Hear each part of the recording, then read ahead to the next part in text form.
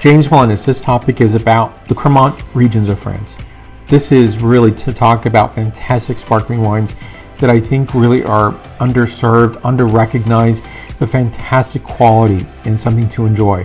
Stay tuned, I'll give my thoughts and impressions on these regions. Stay tuned.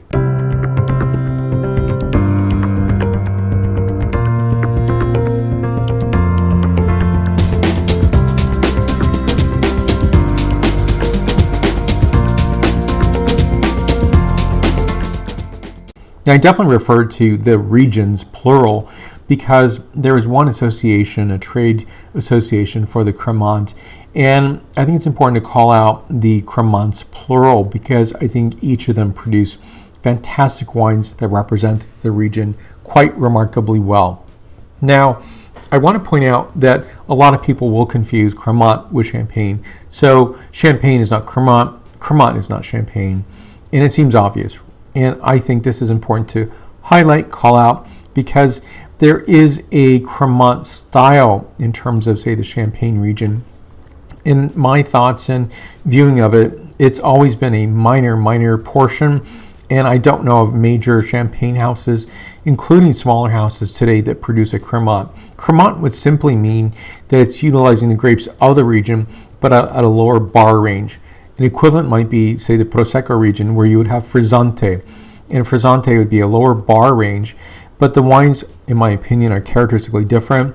I've never tasted a Crémant from the Champagne region, probably never will, and it's something the Champagne region really wants to focus in on Champagne. So don't confuse these regions. There's no reason to, and there's no reason to think that this is a major part of Champagne, because it has not been. And ultimately, I think sometimes and one writer in particular, I think, confused a region, a village called Crémant, C-R-A-M-A-N-T, with Crémant. And the reason I think they got them confused was they highlight Champagne GH Mum. Now, Mum is and has been producing, in the past at least, a wine from Crémant. So it's a village north of Avez in the Côte Blanc. And so it's a region known for their Chardonnay wines, the Blanc de Blanc wines. And if you look at GH Mum today, their website, you will not see that wine on their site. They are probably still sourcing from that particular region and or village, and will probably continue to do so. There's not a reason why you wouldn't want to do that. I'm also going to point out Crémant is not a style. Crémant is not demi-sec. It is not sec. It is not doux. And the reason I point this out is there are some American producers. These producers really mean Crémant is equal to a demi-sec or a sec.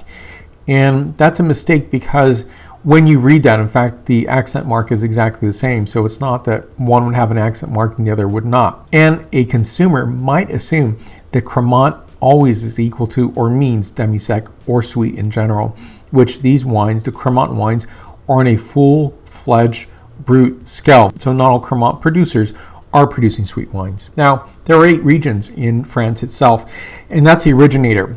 And so in the mid-70s, you have this term that is being brought to the marketplace, and it's talking about sparkling wines of the region.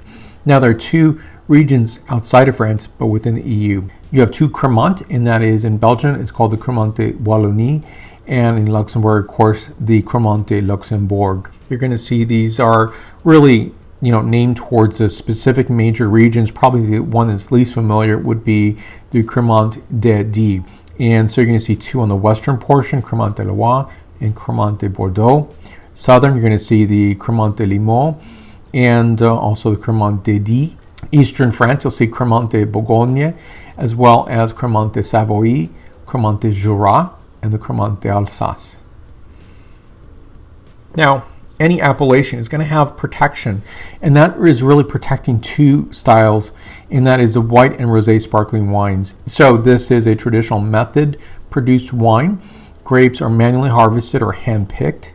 The wines must be aged for a year, and there is a yield requirement as well. So, and also the sugar content, the dosage is below 50 grams per liter. Also, the key figures are important to bring out, because the total regions come to the marketplace, just talking about the Crémants of France, and that is 28,965 acres or 11,722 hectares.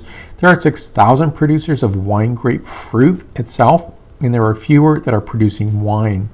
There is 83.6 million bottles produced per year, which may sound like a lot. I'll talk about the other regions in Europe, and they produce significantly more. The average bottle price point is very inexpensive, and that's anywhere between 8 and 10 euros, that is in Europe itself. And with transportation and taxes, it's in the United States anywhere between, say, $15 and $40. Most of that is going to range in the $15 to $25 price point. You could produce 4 times more of the Crémant wines to equal the champagne production of 289 million bottles per year. In Prosecco, you have about 500 million being produced, and in Cava, about 245 million. So this is a very small production, but think about this. This is a region, regions plural, that are going to have an identification with the region itself. These wines are not going to taste like champagne. They're not a wine that is going to be thought of as a poor quality wine. And in fact, in my next slide, I have this facet of a gem, and I do think that the Crémants are gems unto themselves. They represent the regions and they taste different, and that's very appreciable. It's something that I think are underscored in terms of the marketplace doesn't value them as much as, say, a champagne, yet there are so many fantastic producers that bring high quality sparkling wines to the marketplace, reflecting region, reflecting a fantastic modern style. And I do think there is, at least in the United States, a view of sparkling wine as being a guilty product, or a product that you only enjoy at certain points of the year or celebratory points. I definitely enjoy and celebrate every single week with a glass of sparkling wine. So first I'm going to talk about the oldest regions, and the oldest regions are the Crémant de Bourgogne as well as the Crémant de Loire. So we'll talk about those first. They were founded on the same date in October 17, 1975, and each represent, I'll talk first about the Crémant de Bourgogne. And so, as you might expect, you're going to find the Pinot Noir, Chardonnay. Additionally, you'll find the usage of Gamay Noir, as well as Aligoté, Melon, and Saucy. Saucy is pretty rare. And so this is a region that is selling about 19.2 million bottles per year. You will find these wines, I would say, pretty easily in the marketplace. Almost 40% are exported. Now, these wines definitely represent fantastic value. And here's some of the wines I've been tasting. The latest ones I have tasted are the Domaine Michel Bridet, the Crémant, the Brut wine, as well as the Rosé. I think they represent obviously outstanding value, but I think these are great wines to enjoy as a celebratory wine. Now we go next to the Crémant de Loire, also founded on the same day in October 1975. Of course, a very storied region, a region that's going to utilize and implement Chenin Blanc primarily, as well as Cabernet Franc. So I definitely love the Chenin Blanc for a sparkling white wine. And then I've tasted the Cabernet Franc as a vinified white wine and a vinified rosé wine. And that is a handsome wine. It does not taste like Pinot Noir, and it shouldn't. And I think the wines are expressive of the Loire Valley itself, Val de Loire. And I think these are really exciting wines. Additionally, you're going to find that in the Loire Valley, you're going to find some, I would say, just really fantastic producers. One producer I know does a vegan wine. And so there's a lot of things that are relevant to the marketplace. These do not taste like any of the region's wines, and nor should they. You're also going to find the implementation of Chardonnay, Pinot Noir, Grelot Noir, Grelot Gris, as well as Orbois. Orbois is pretty rare. I don't see it very often. And I'm looking to taste these wines in addition. So I'll show you the list of the wines I've tasted from this region. And some of my favorites are the J de Villebois, Crémant de Loire, as well as the Domaine Amaro. And so I've had the Brut as well as the Rosé wine. And they also produce a wine called Le Quateron, which is also stellar, fantastic. They're a little more expensive, but in my opinion, completely worth every single cent paid. And then going back to the Crémant de Loire, a lot of this is exported. This is probably the highest percentage of export. So about 2/3 of this is exported around the world. You will find these wines with great ease, in my opinion. And 17 million bottles would definitely represent that opportunity to taste these wines wherever you are on the planet. And definitely worth tasting. Crémant d'Alsace is founded and elevated in August of 1976. So there's Pinot Blanc, Riesling, Pinot Gris, Chardonnay, Auxerrois, and Pinot Noir. The only white wine variety that would not be included here would be the Gewürztraminer, which I wouldn't expect in a sparkling wine anyway. And so this is about 1/5 of All the wines that are produced, 32.9 million bottles, are exported. This is a continental climate, so you have a variation in terms of soil content from the mountain to the Savoie, as well as a plain. And let me show you the wines that I've been tasting recently. The ones I've tasted recently are the Pierre Spar, as well as the Domaine Charles Bauer. The Charles Bauer Emotion Crémant Brut was fantastic. I thought it was imaginative. The price point was under $20. And so this is a delight to taste each of these wines. And if you think that sparkling wine is really not within your domain or ability to taste these wines, they're very accessible, even for the price point, and you take a gamble on this. And I would say this, that these wines are not going to taste like champagne, and they shouldn't, and they're not even trying to emulate that. They're trying to be their own region's wines. But I also point out to people, be sure to try these wines. You will find these in, say, a restaurant in terms of, say, a wine by the glass. So try them out to see if you're going to like them. I think you will like them. I enjoy them and can't get enough of them. The next region is a Crémant de Bordeaux, founded in April 1990, elevated in 1990. Smaller production, 6.4 million bottles produced per year. 20% of it is for export. And of course, for the white wines, you'll find the Semillon as well as the Sauvignon Blanc. And that's something that is expected from the region. In the Rosé, you're going to utilize and implement Cabernet Sauvignon as well as Merlot. And these are actually a little more difficult to find, though. 6.4 million, 20% export does not represent a huge amount in the marketplace. These are the wines I've tasted. I think they're delightful, wonderful.